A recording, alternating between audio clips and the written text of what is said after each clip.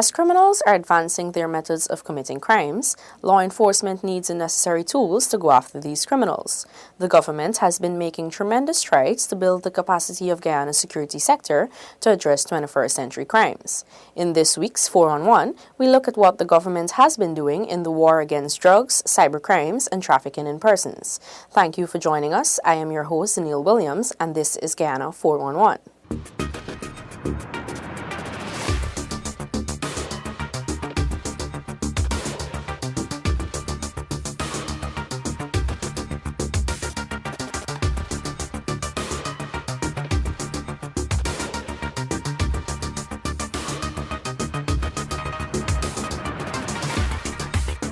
The influx and circulation of illicit drugs in any country has a negative impact on the economy.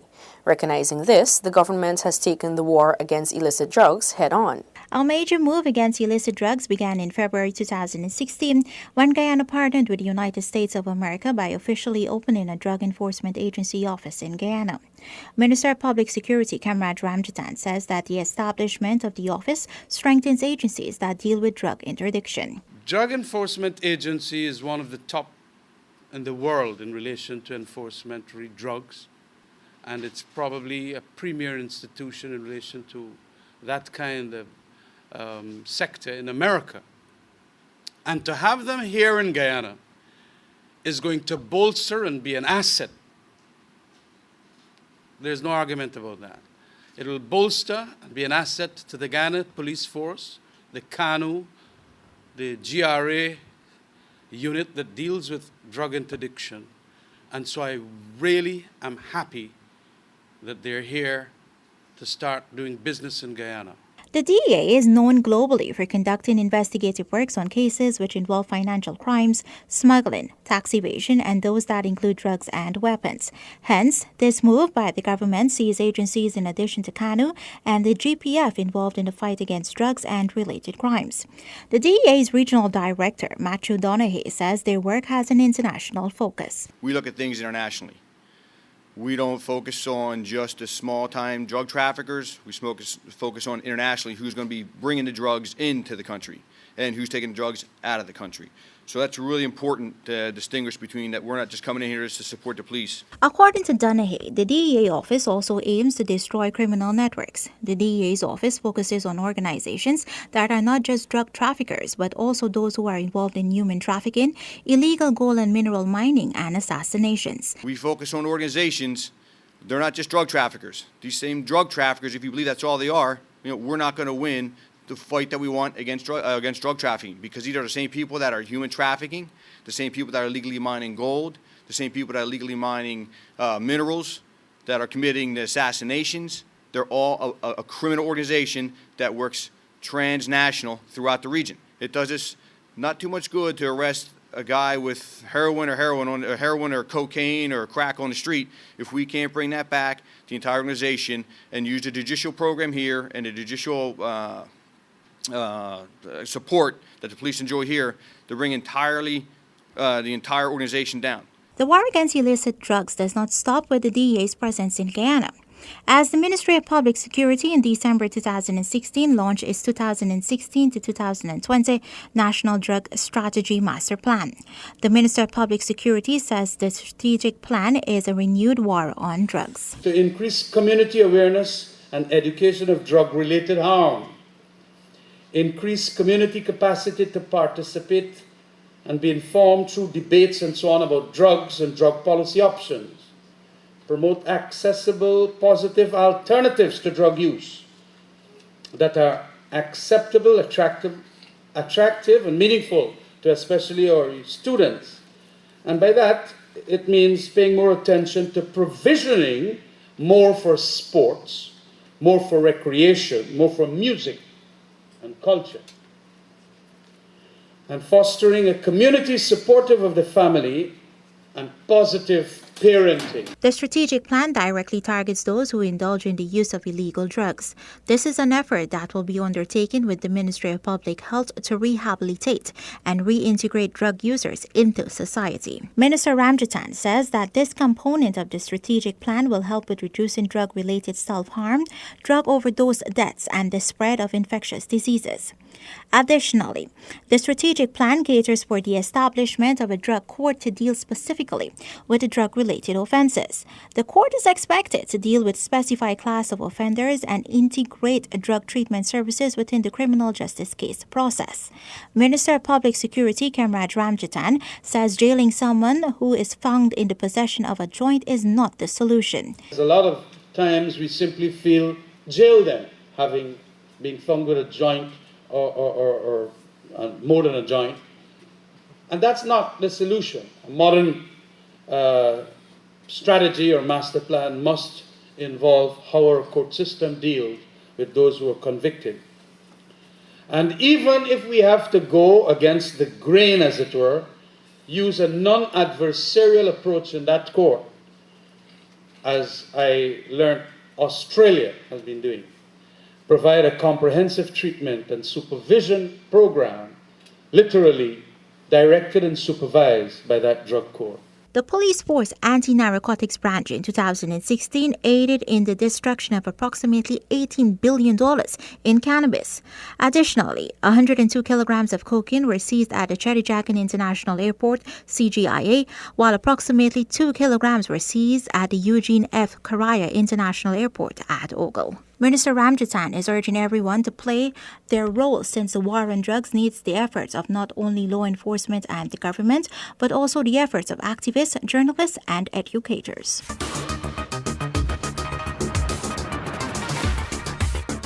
Criminal activities carried out by means of computers or the internet, better known as cybercrimes, are crimes that are serious as any other.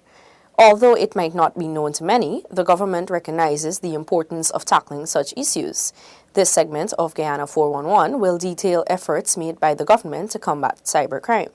One of the most important steps in tackling cybercrime is legislation. The Cybercrime Bill 2016 was crafted with the primary objective of combating cybercrimes by creating offenses and to provide for penalties, investigation, and prosecution of the offenses and related matters. The bill was laid in the National Assembly after a number of consultations.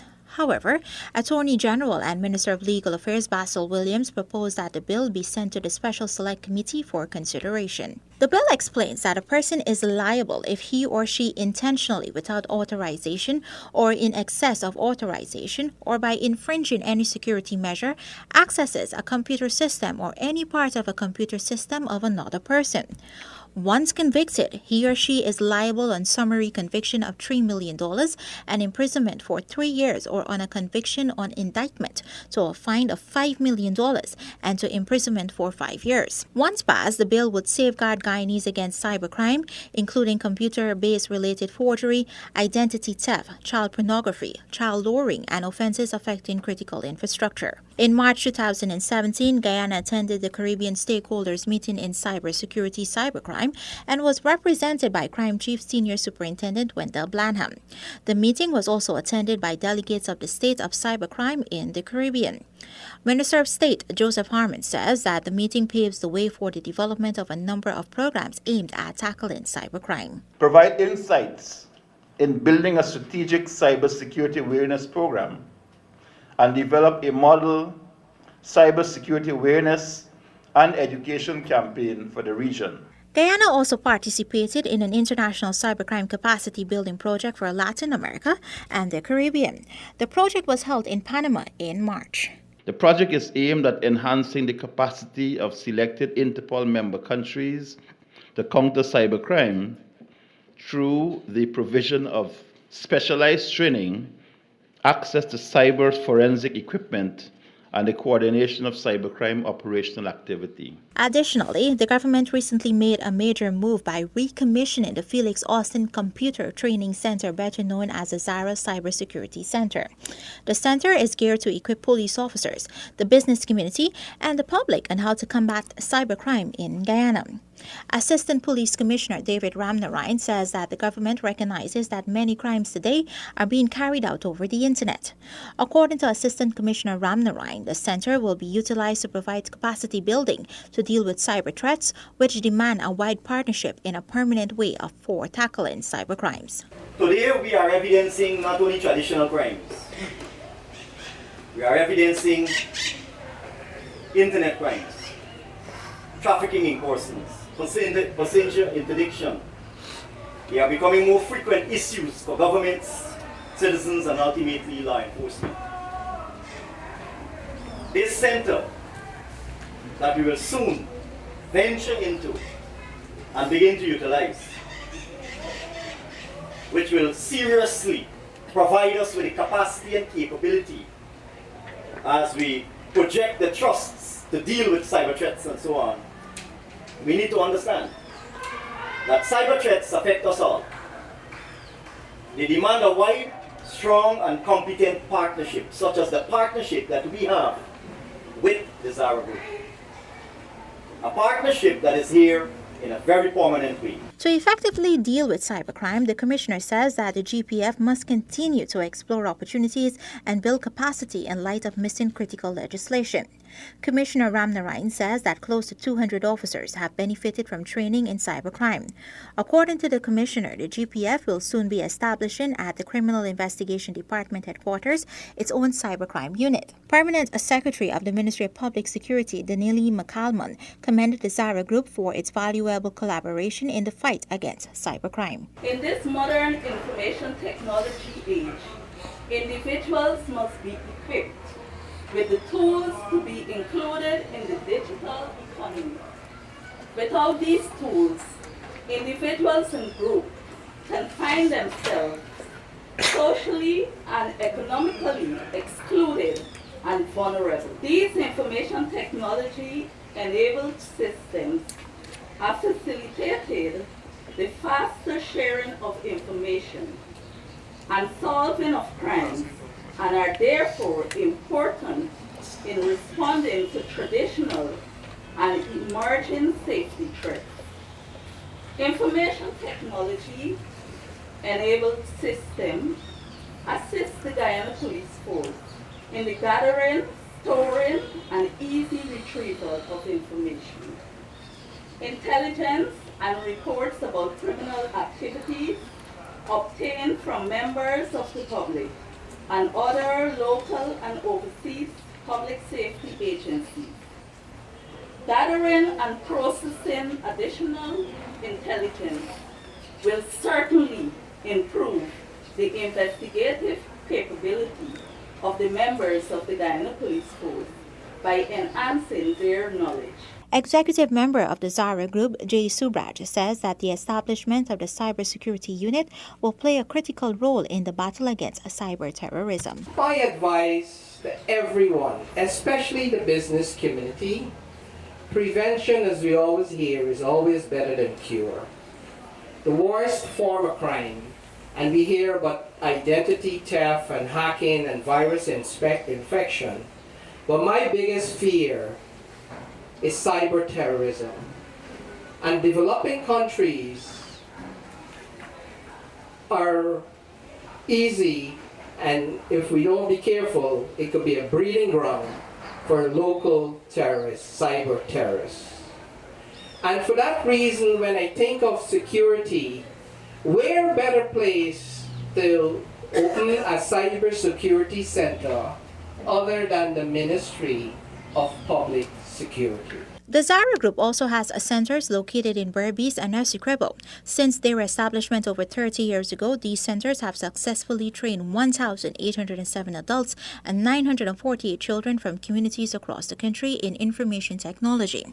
Additionally, a total of 805 police officers and ranks were trained in information technology at the 3 centers.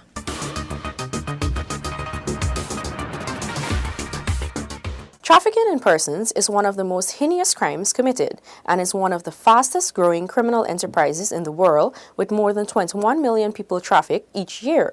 In this segment, we will examine some of the strides made by the Guyana government to combat human trafficking. The U.S. State Department's Trafficking in Persons Tip Report 2016 states that Guyana is off the Tier 2 watch list. While Guyana did not meet the minimum requirement for elimination of tip, praises were given by the U.S. for the significant efforts being made to address the issue. These include successfully convicting traffickers and funding a non-governmental organization dedicated to tip victims, the first of its kind in Guyana. The government has in its arsenal a ministerial task force to combat tip. The task force comprises both government and non-governmental organizations. Additionally, in January 2017, the government launched its National Plan of Action for the Prevention and Response to TIP for 2017 and 18. President David Granger says that human trafficking must be confronted rigorously, frontally, and fully. President Granger emphasized that the government will continue to educate and strengthen enforcement in order to eliminate the scourge entirely, as it is a form of modern-day slavery. Traffickers must be identified and prosecuted with the full force of the law. The fear of prosecution must serve as a deterrent against human trafficking. His Excellency says that the government will continue to work assiduously to provide a good life for all Guyanese by ensuring they are protected. That good life includes protecting vulnerable citizens from the threat of servitude, the threat of sexual exploitation, and the threat of forced labor. Victims of trafficking in persons need protection. They are often helpless. They are often afraid to speak out. They often lack the resources and they seek assistance. They need assistance. Many of the victims are being held against their will. They may be illegal immigrants and might be afraid to go to the authorities for fear of being deported or prosecuted. Victims of trafficking in persons must be provided with assistance to help them to recover and to help them to reintegrate into society. Minister of Public Security Kamraj Ramjatan says that silence in the face of human trafficking is violent. He urges members of the public to speak out against TIP. The minister says that the plan of action is designed to enable the task force to eliminate human trafficking. This plan seeks to diminish that acceptance by bringing awareness and urging victims and families to speak out. And I want to make this very special statement. Silence is violence. We must speak out. And this crime and corruption is not a culture, it is a choice. And a choice we must halt. People must not be stuck in a cycle of negativity and lose hope. We have to dream that this job can be done. The job of halting trafficking, halting violence in all forms, and crime in all its ugly forms. In April, a number of police prosecutors received training with the aim of raising awareness of TIP issues and to assist police prosecutors in detecting these cases. Corporal Shanae Costello, attached to the TIP unit, says that the most important role in tackling human trafficking is preventing the crime from happening. It is the duty of us, law enforcement, the officers, and other relevant authorities to stand committed in this fight to combat the scourge of slavery in modern days. We as law enforcement officers, we all can identify victims. The role of the investigators are to gather evidence to arrest the suspects. And the role as you prosecutors are to participate in the prosecution effort to bring justice to the victims. The Ministerial Task Force conducted a sensitization outreach in Region 2, Pomeroon, Suriname. Sensitization was done in a number of schools and indigenous villages. Schools targeted included the 8th of May Secondary, Johanna Cecilia, and the Aurora Secondary Schools, while the villages were Kapui and Wayaka. Task Force Coordinator Acting Oliver Prophet says that the outreach was to educate the public on how to identify TIP victims. We did explain to them what is trafficking in person itself, definition, the elements of it, the act, the means, the purpose, how can victims be identified, how do traffickers control their victims, and what we have in place to help victims. Also, obviously, we actually give them a charge, basically, as students, to look out, be on the lookout, learn more about trafficking in persons, keep reading, be observant, look out, share information with others, and also to call the authorities if they see anything looking suspicious. The TIP unit intends to develop and pilot test a TIP module that will be implemented in a number of primary and secondary schools before the end of 2017. Task Force Coordinator Oliver Prophet is asking for your support. We want people to understand that. We want people to help us in spreading the awareness. We cannot be on the ground everywhere looking around. If we have persons understanding that they are also members of our team and they can give us information, they can get themselves educated, they can share information with others, they can be observant, they can call our hotline number 227-4083 and they can give us the information, and we have, as our team, we can work on it. Our reports don't really indicate that there are much cases here on the coast and Essequibo coast, but maybe it's because we haven't been doing as much awareness in the Essequibo coast. So we're scaling up our awareness in the area. So we'll see now if we get more reports based on persons doing more, ways to call and who to contact. And then in the end, we will be acting on whatever reports we would receive. Prophet says the unit will continue to work with its partners, including the Guyana Police Force, the Guyana Geology and Mines Commission, and the Guyana Women Miners Organization to conduct outreaches in the various regions. Persons who are aware of human trafficking are urged to make contact with the nearest police station or the tip hotline number 227-4083.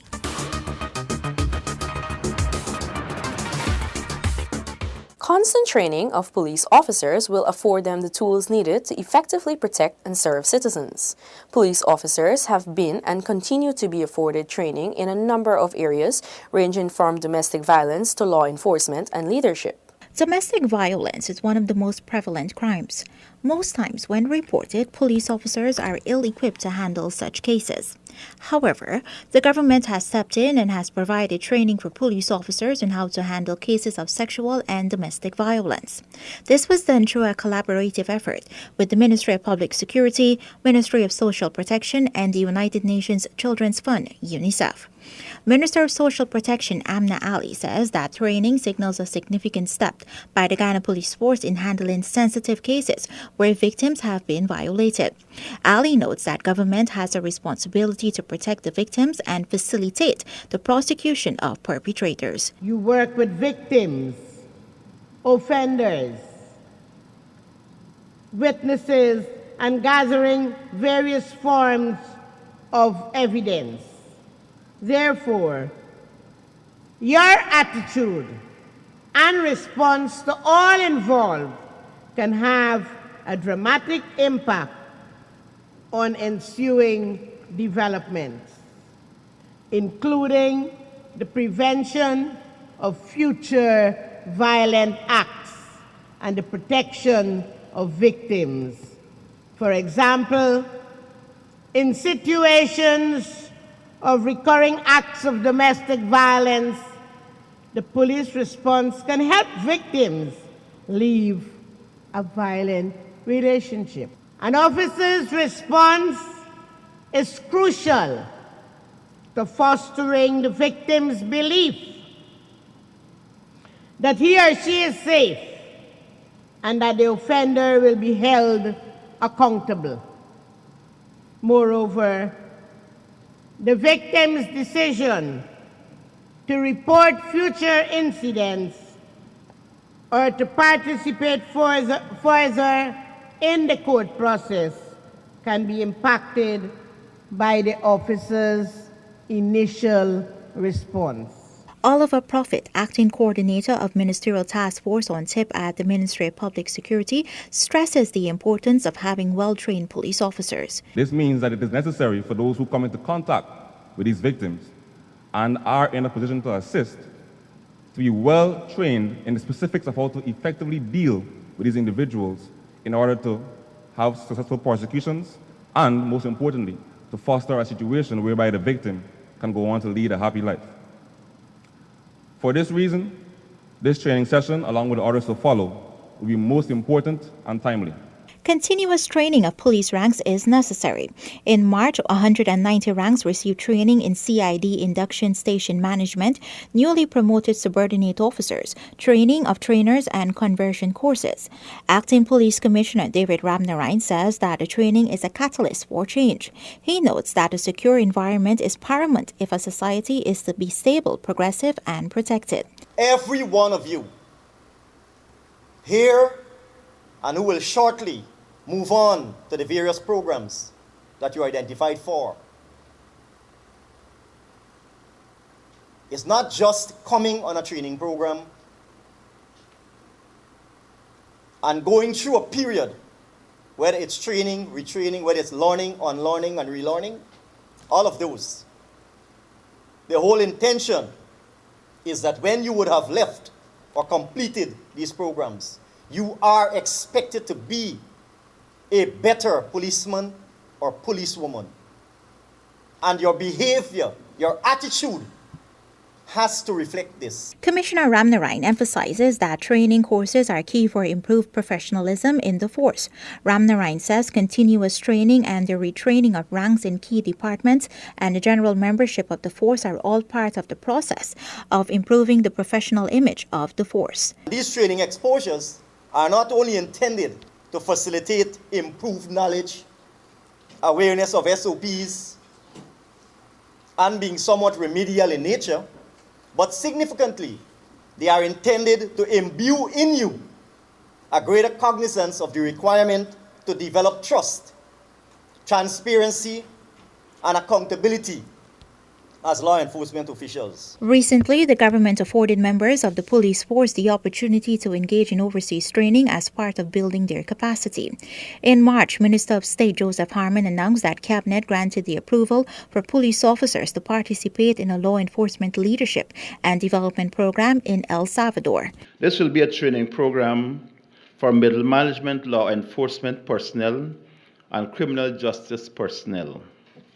The training will include such topics as leadership, management, counterterrorism, border issues, narcotics, and criminal and financial investigations. The government also gave the go-ahead for several police ranks to participate in the Caribbean Use of Force Conference in Jamaica. The conference will discuss a draft of a model use of force policy for the Caribbean security forces, as well as on ways to improve training and operation in Caribbean countries. Recognizing the importance of tackling crime from its root, the government has afforded 38 community policing liaison officers training to effectively handle crime at the community level.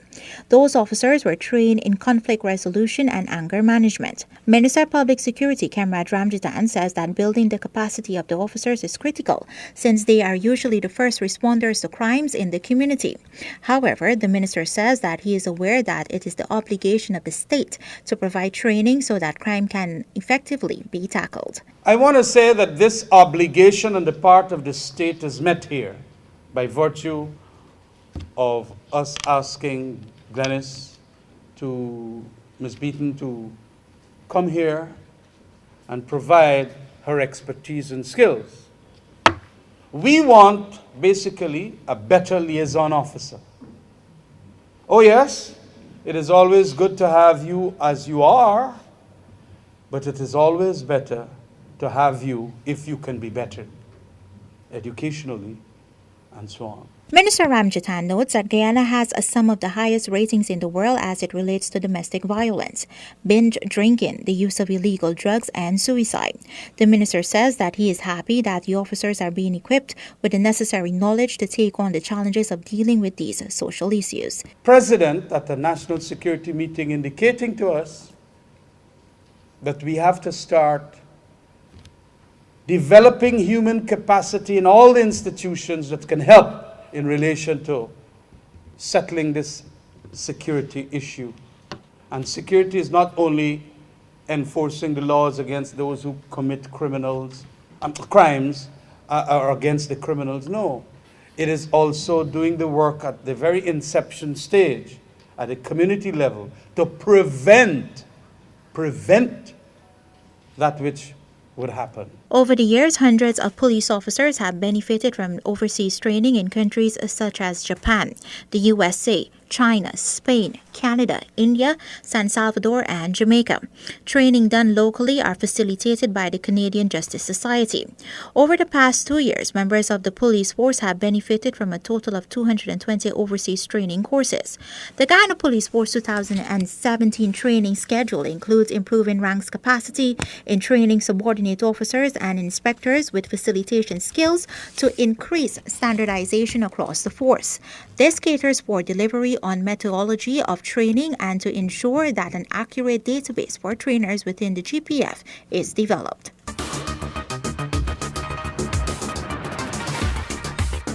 We have come to the end of another edition of Guyana 411. In this edition, you have heard of the strides taken and ongoing efforts of the government in the battle against 21st century crimes. This and all other GINA programs can be viewed on our YouTube channel. You can also get updates from our Facebook page. I am Zanil Williams. Have a great week ahead.